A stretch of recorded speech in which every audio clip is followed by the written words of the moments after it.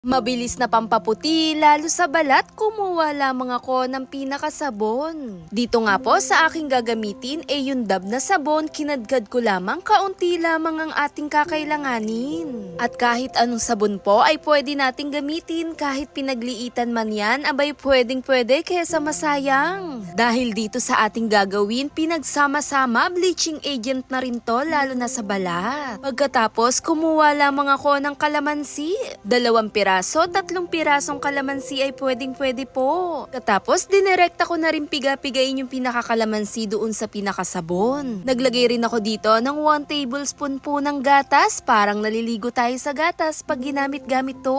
Dahil mabilis ang pampaputi lalo sa kutis na nagbibigay kinis. Sa pinagsama-sama natin, halu-haluin lamang natin tong mabuti para na rin mas lumabas yung tamang texture niya. Kung ikaw ay gustong-gustong pumuti, gamit-gamit lamang din to, napakaganda, napakabisa dahil na rin sa mga sangkap na ating ginamit kasama ng gatas at yung pinakakalamansi natin. Mabisang pampaputi din naman talaga ang gatas kasama ng kalamansi na mayaman sa vitamin C.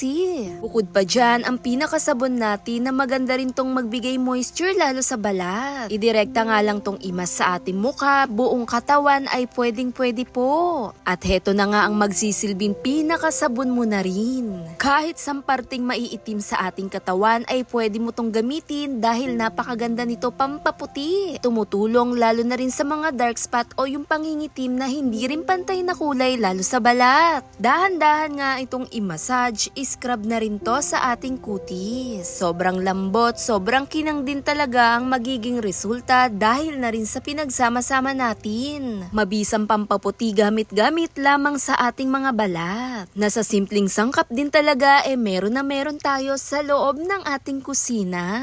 Whitening, bleaching, face and body cream. Hit thumbs up if you like this video. Thanks for watching.